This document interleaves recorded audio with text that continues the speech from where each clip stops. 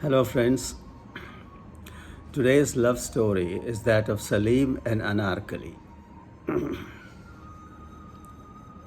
Salim was the youngest son of Mughal King Akbar and Queen Yodha, who was a Rajput princess. As a matter of fact, Akbar first married his childhood friend Ruqayya Begum, but she was barren and hence could not give Akbar an heir, which must be a male. As alternative, Akbar married two more times and they gave him sons Murad and Danial. The marriage with Jodha, daughter of a Raja of Ajmer, was a result of political alliance. And as it turned out, Jodha became Akbar's favorite queen. She also gave birth to a male child, Salim, who later on ruled India as the King Jahangir. Now, Ruqayya was very angry with Akbar for having replaced her as the first lady. She always nurtured feeling of vengeance against Akbar. She concocted a plan, which was sweet and sincere, but it was equally sinister. Since she could not have a child of her own, she requested Akbar to allow her to experience motherhood by letting her look after Salim as a child.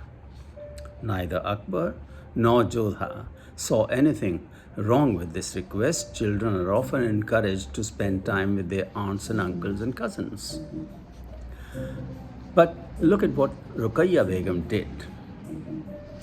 She started with small doses and made Salim dependent on drugs, from which he never recovered throughout his life. She would also play hot and cold with the child, which made him stubborn and headstrong. It is said that in his childhood, Salim was attacked by dacoits and he was rescued by a girl named Nadira and her mother. Salim became friends with Nadira. And Salim's father, Akbar, the king, as a gesture of thanks, instructed that Nadira be taught dancing within the palace.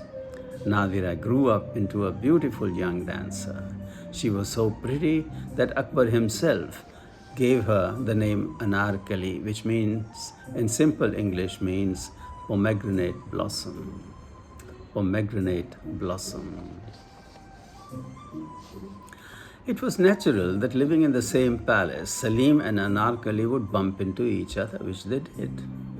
Teenagery is a tender phase in both boys and girls, and initial infatuation turns into feelings of love. Both Salim and Anarkali fell in love. And this shall have consequences, as we shall see later. Meetings between Salim and Anarkali did not remain a secret for a long time in the palace. The king, when informed of this development by who else than Ruqayya Begum, did not approve of this relationship.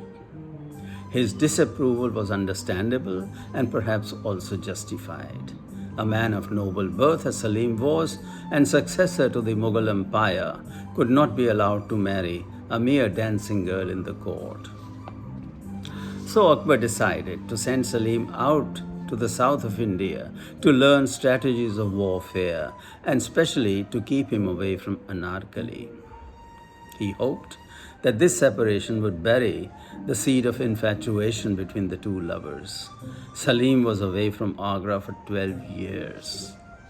On return to the palace as a handsome young man, the love affair between Salim and Anarkali took up from where it had left.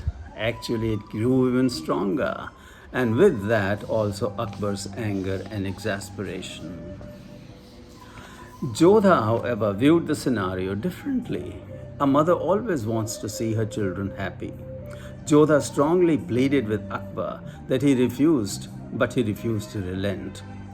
He threatened Salim in different ways, but Salim remained equally stubborn. Salim rebelled and challenged his own father on the battlefield, but Salim had no chance against the gigantic Mughal army. He was defeated, brought to the palace as prisoner, and was sentenced to death by his own father, King Akbar. How sad. He also ordered Anarkali to be entombed alive within the palace walls. Shadows of dark sorrow and grief engulfed the entire palace. It hit Jodha the most. She prayed to her God to show a path of redemption. They say that God listens to those who seek His help in all earnestness and sincerity. Jodha's prayers were more than that. It concerns her only son. God sent solution through Anarkali only. Anarkali, in order to save Salim's life, whom she loved beyond her own, approaches Akbar, promises that she would forget Salim, leave the palace and disappear from his life.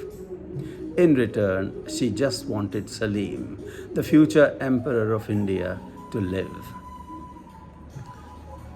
Salim must not see her being entombed. And she wanted one more favor from the king. Since Salim had promised to Anarkali that he would make her queen, she begged to be dressed as queen for one day in front of Salim. He accepts Anarkali's proposals. King Akbar accepts Anarkali's proposals. Now, Akbar was not an emperor of India for nothing. He was an astute strategist. He calls the palace artist to make a life-size statue of Anarkali, don her in queen's robes, and sends Salim to spend the evening together with Anarkali. Before that, however, Salim is drugged. Salim sees Anarkali dressed as queen with hazy eyes. He smiles at her and passes out. At the same time, the real Anarkali was being entombed in a palace wall. Akbar had his way. The poor prince was helpless. The Salim Anarkali saga was over. Anarkali was buried alive and Salim did live, but he never forgot Anarkali until his dying day. It is said that even Akbar had a soft corner in his heart for Anarkali. Even though she was buried alive in the eyes of the world, Anarkali was whisked out of the wall and through a tunnel taken out of the palace, and some trusted soldiers of Akbar's took her and her mother somewhere in the south of India, where they lived an ordinary life in exile and obscurity until death. Moral of the story: true love knows no boundaries and social norms. True love knows no boundaries and social norms. Folks, hope you liked the story. Again, it was a little bit too long, but I hope it attracted your attention. Until the next time, stay blessed.